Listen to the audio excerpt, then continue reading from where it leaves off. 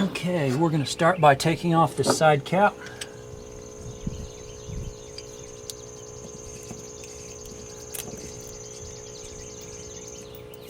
And you have to be very, very careful. It's safer to leave these screws in here because there's two washers in here, two separate washers. One's a regular washer and the other one has a seal on it, and you got to be very careful not to lose that seal. Okay, from here you just spray anti-seize in these holes around the pistons. Some of the pistons will be up, some of them will be completely down, all will be in different places. What I did is I left it for a day. The old timers, what they do is they take a crowbar to the flywheel, those little grooves on the flywheel. Problem is, if you break one, you have to replace the flywheel. So I passed on that. I just let it sit for 24 hours rather than 2 hours, and it just did a bang-up job on it. This here is blasters. The engines only is what I wrote on there. I got this at a Ford mechanic shop, and it's a matter of spraying it up in there where I showed you where the piston was and hitting that piston really good, and you do that on all the pistons.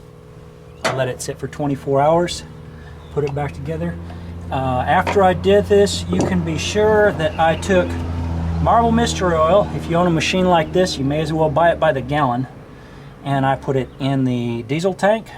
I put about 3 cups in the diesel tank. I put about 3 cups in the oil compartment, and hopefully this won't happen again. Marble mystery oil is what was commonly used on these older antique machines made in the 1950s and 60s.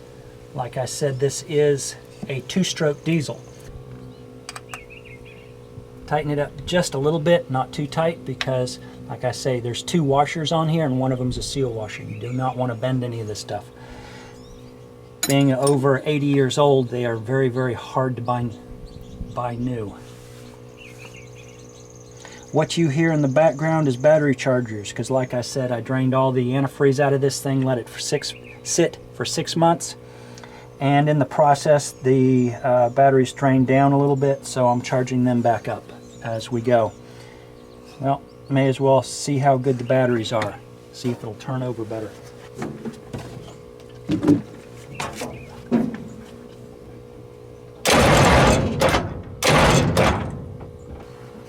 Well, that's not too good.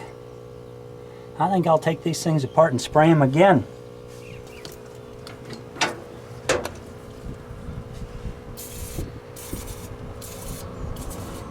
Okay, got the tops of that one finally. Wow, there's 5 holes in those things, right up in here. What it does is the blower puts pressure in here, and as these top pieces open, this high pressure forces the air, while the piston's all the way down, it forces the air through these holes and up the blower, up the manifold. So there's 5 holes in here. The high pressure in here gets forced into the piston while it has 4 valves on top are open. While the piston's all the way down, the 4 valves open. The exhaust gas goes out, and it forces all this hot air, or plain air, to go through here and put fresh air in there, so when the piston goes up, the fuel injectors fire fuel into it and it burns. And that's how you get it to fire every single time. Okay, the thing's still not starting. Coolant or diesel, like one of the fuel injectors leak and they fill up a little bit with diesel, that's all it takes to make a vapor lock, so you can actually break your crankshaft or a tie rod. So that was really got me scared and paranoid, and I went to engine specialist to find out what the problem was, and they said open these things up and just spray this in it if it's locked up, because I told them it was locked up. That was what I thought it was. Winterized it for 6 months, and when I came back it just wouldn't even budge at all. After I did that and it started turning over, I know that nothing was in the pistons. The engine's fine. I got somebody to come over here. It was either that brings it to either the battery or the starters. And how you test the battery is you take a voltmeter, you put it on the batteries. I don't have it hooked up right now. And with the COVID-19, it's real hard to get help. But I finally got somebody to come over here and help me. And they turned the key while this was on it. And it'll, I use the meters, this type of meter. I like them better.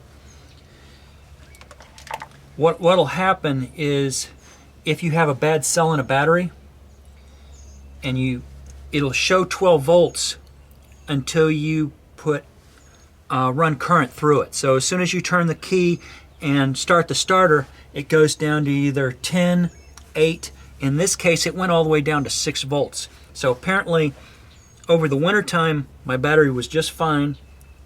Goes through the winter, my batteries were dead. So I got 2 new batteries in here, and we'll see. Sort of wish I would have changed over to 24 volt system, because my other option was to switch the starter. I went out and bought a second starter too. I've got one. The starters on this thing go out so fast that I just bought a new one and keep a second one on hand. So now it's a matter of cleaning my terminals.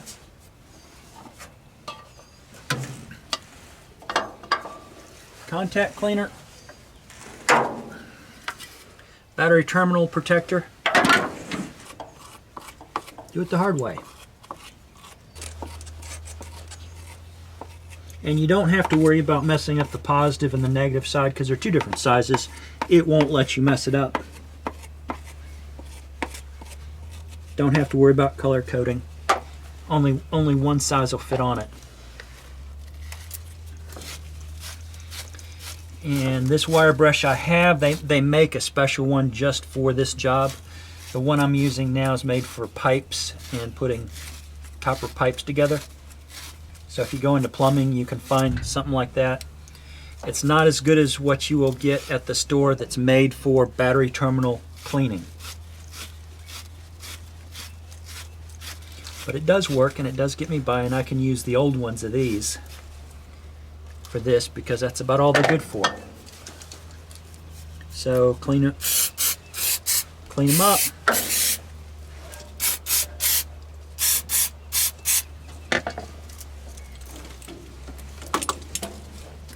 That in the right place. And now it's a matter of turning the camera off and going back and getting another wrench because I forgot I need a second wrench. Apparently I need something to pound these things on with too. Be back in a little bit. I forgot one other thing to do to these things. That's dielectric grease. It's made for spark plugs. And I found that this stuff works absolutely wonders on keeping battery terminals from corroding. You should have a rag when you use this stuff because it is grease. Oh, wait a minute. Got one.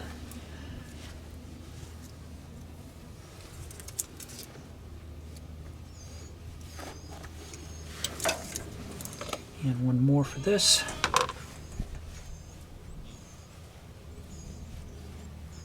I'll hit the tops too while I'm at it. Yeah, one good rag. Have blue jeans will travel. Something to beat it on with, which I forgot to bring with me. Big pair of pliers. One down, or one set down.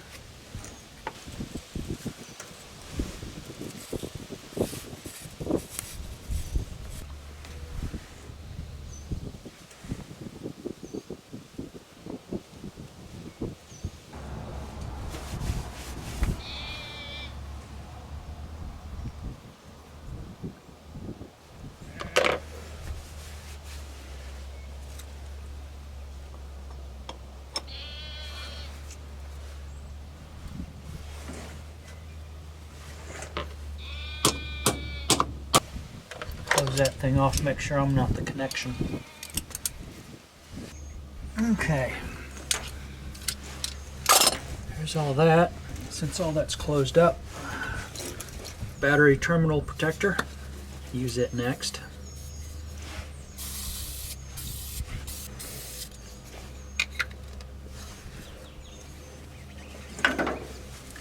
And then since I have the dielectric grease out, I'm going to re-grease these things and press it in as much as I can. Disconnects can save your battery just as much as anything.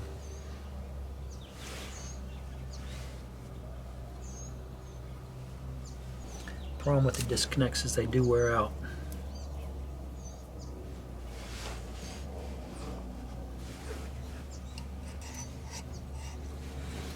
Okay, let's go see what happens.